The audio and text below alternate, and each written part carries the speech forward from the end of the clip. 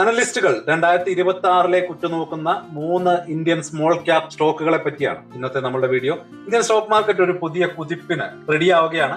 ഈ സമയത്ത് പല വലിയ കമ്പനികളുടെയും സ്റ്റോക്കുകൾ സാധാരണക്കാർക്ക് ചിന്തിക്കാൻ പോലും പറ്റാത്ത പ്രൈസിലേക്ക് എത്തിയിരിക്കുന്നു. അപ്പൊ ചോദ്യം ഇതാണ്, എവിടെയാണ് റിയൽ ഓപ്പർച്യൂണിറ്റികൾ ഒളിച്ചിരിക്കുന്നത്?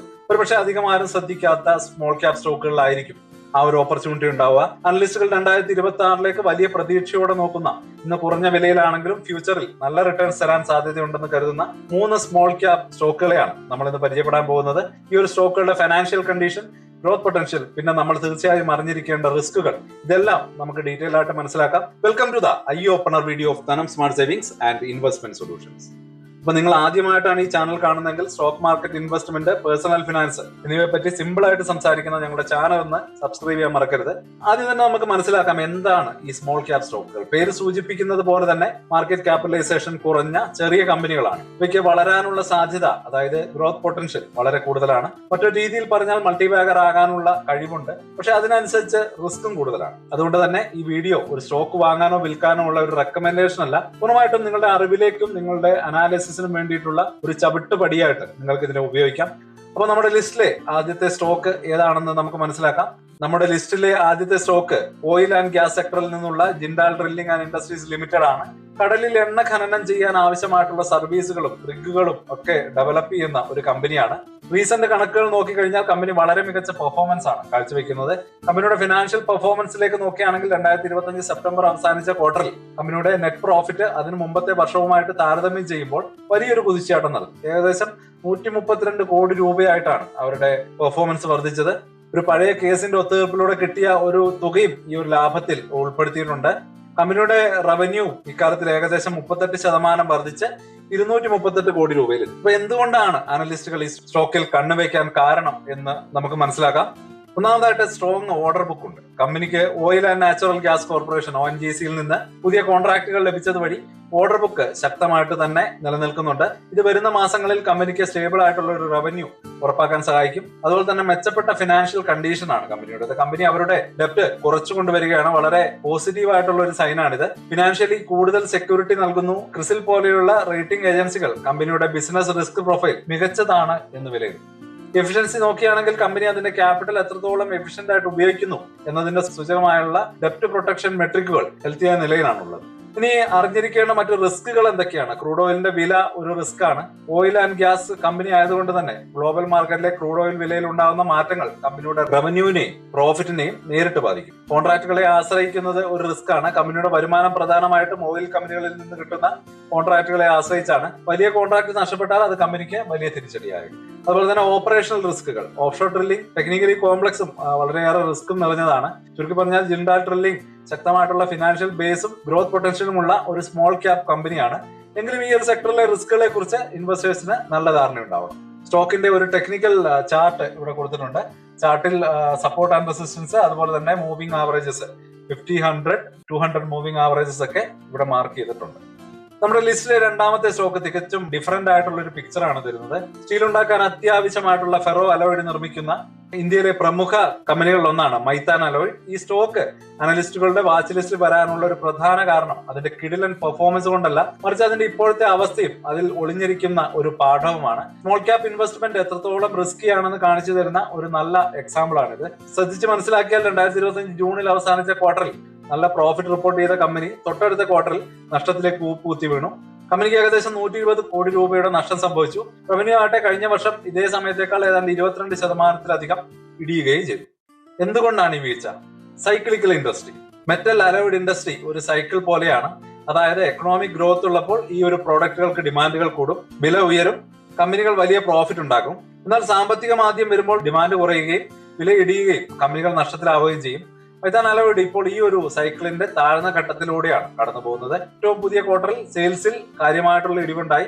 അതുപോലെ തന്നെ ഈ മോശം പ്രകടനത്തെ തുടർന്ന് അനലിസ്റ്റുകൾ സ്ഥാപനത്തിന്റെ സ്റ്റോക്കിന് സെല്ലിംഗ് അല്ലെങ്കിൽ സ്ട്രോങ് സെൽ റേറ്റിംഗ് ആണ് നൽകിയിരിക്കുന്നത്. ഇത് കമ്പനിയിലുള്ള മാർക്കറ്റിന്റെ കോൺഫിഡൻസ് കുറഞ്ഞു വരുന്നു എന്നതിന്റെ ഒരു സൂചനയാണ്. എന്നിട്ടും എന്തുകൊണ്ടാണ് ഇത് നമ്മൾ വാച്ച് ലിസ്റ്റിൽ വെക്കുന്നത് എന്നുള്ളത് ഒരു വലിയ ഇമ്പോർട്ടന്റ് ആയിട്ടുള്ള കാര്യമാണ്.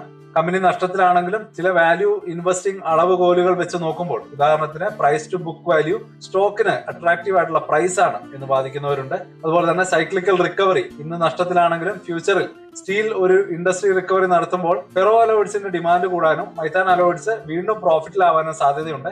ഈ ഒരു പ്രതീക്ഷയാണ് ചിലർ ഇതിനെ വാങ്ങി കയ്യിൽ വെക്കാൻ ഡിസിഷൻ എടുക്കുന്നത്. ഇതിലെ അപകട സാധ്യതകൾ എന്തൊക്കെയാണ് എന്നുള്ളത് വളരെ ഇമ്പോർട്ടന്റ് ആണ്. റിസ്ക് വളരെ വ്യക്തമാണ്. കമ്പനി ഇപ്പോൾ നഷ്ടത്തിലാണ്. ഈ ഒരു സൈക്കിൾ എപ്പോൾ എവിടെ തിരിച്ചു വരുമെന്ന് ഒരു ഉറപ്പുമില്ല.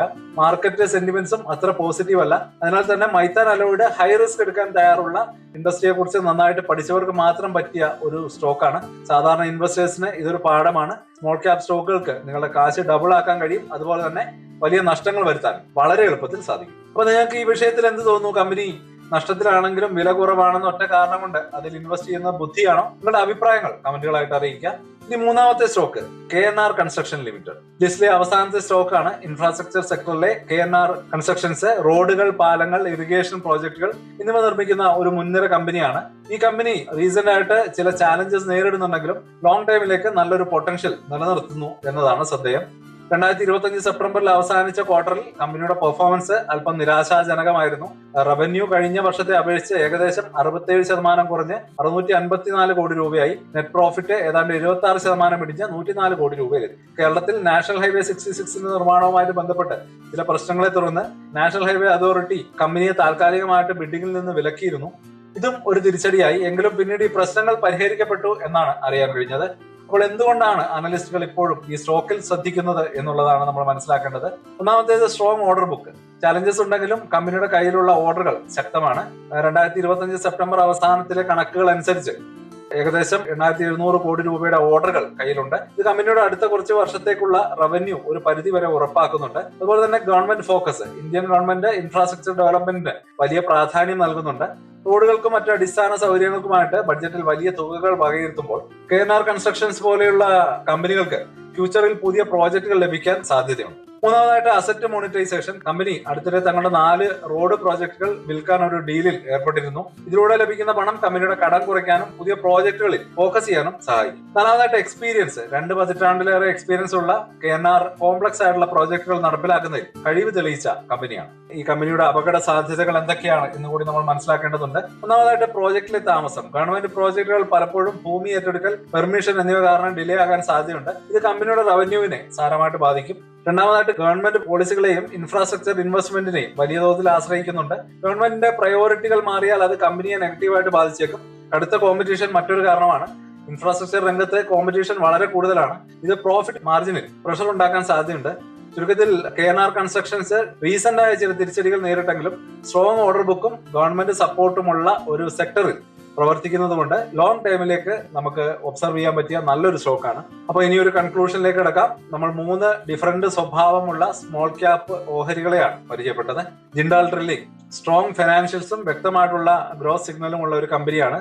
മൈതാൻ അലോയിഡ് ഒരു സൈക്ലിക്കൽ ഇൻഡസ്ട്രിയിലെ ഉയർച്ച താഴ്ചകളുടെയും സ്മോൾ ക്യാപ്പ് ഇൻവെസ്റ്റ്മെന്റിലെ ഒരു റിസ്കിന്റെയും ഒരു നേർക്കാഴ്ചയാണ്.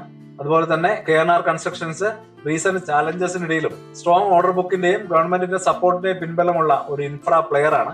ഇതിൽ നിന്ന് നമുക്കൊരു കാര്യം വ്യക്തമാണ്. സ്മോൾ ക്യാപ്പ് ഇൻവെസ്റ്റ്മെന്റ് വലിയ റിട്ടേൺസിന് സാധ്യതകൾ തരുമെങ്കിലും അതിന് ആഴത്തിലുള്ള പഠനവും ക്ഷമയും ചിന്താപേക്ഷിതമാണ്.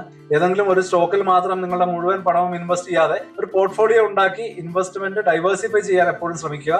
ഒരുപക്ഷെ ഒരു ബിഗിനറെ സംബന്ധിച്ചിടത്തോളം സ്മോൾ ക്യാപ്പും മ്യൂച്വൽ ഫണ്ടുകൾ ഇതിലും മികച്ച ഒരു ഓപ്ഷൻ ആയിരിക്കും. അപ്പൊ ഈ വീഡിയോ നിങ്ങൾക്ക് ഉപകാരപ്പെട്ടു എന്ന് തന്നെ കരുതുന്നു. ഇഷ്ടമായെങ്കിൽ ലൈക്ക് ചെയ്യാനും നിങ്ങളുടെ ഫ്രണ്ട്സുമായിട്ട് ഷെയർ ചെയ്യാനും മറക്കരുത്. അടുത്തായിട്ട് ഏത് ടോപ്പിക്കിനെ കുറിച്ചാണ് നിങ്ങൾക്ക് അറിയേണ്ടത് കമന്റുകളായിട്ട് അറിയിക്കുക. നിങ്ങളുടെ അഭിപ്രായങ്ങൾ ഞങ്ങൾക്ക് വളരെ വലിയ ഊർജ്ജം തരുന്നു. കൂടുതൽ അറിവുകൾക്ക് ഈ ചാനൽ സബ്സ്ക്രൈബ് ചെയ്യാൻ മറക്കരുത്. അടുത്ത വീഡിയോയിൽ കാണാം. അതുവരേക്കും ഹാപ്പി ഇൻവെസ്റ്റിംഗ്. സ്റ്റോക്ക് മാർക്കറ്റിലെ ന്യൂസുകളെയും അതുപോലെ തന്നെ അപ്ഡേറ്റുകളെയും ഉൾക്കൊള്ളിച്ചുകൊണ്ടുള്ള ഒരു ഫേസ്ബുക്ക് ഗ്രൂപ്പ് നമുക്കുണ്ട്. ആ ഒരു ഗ്രൂപ്പിന്റെ ലിങ്ക് ഈ വീഡിയോയുടെ ഡിസ്ക്രിപ്ഷനിൽ കൊടുക്കുന്നുണ്ട്. പ്രൈവറ്റ് ആയിട്ടുള്ള ഒരു ഗ്രൂപ്പാണ്. താല്പര്യമുള്ളവർക്ക് ആ ലിങ്കിൽ ക്ലിക്ക് ചെയ്തുകൊണ്ട് ഗ്രൂപ്പിൽ ജോയിൻ ചെയ്യാം. ഏറ്റവും ലേറ്റസ്റ്റ് ആയിട്ടുള്ള ന്യൂസുകൾ നമ്മൾ അതിൽ അപ്ഡേറ്റ് ചെയ്യുന്നുണ്ട്. വളരെ ഇൻഫോർമേറ്റീവ് ആയിരിക്കും. അപ്പോൾ ഇത്രയുമാണ് ഇന്നത്തെ വീഡിയോയിൽ ഉൾപ്പെടുത്തിയിരിക്കുന്നത്. പുതിയ ന്യൂസുകളുമായിട്ട് നാളെ വീണ്ടും വരാം. ബൈ.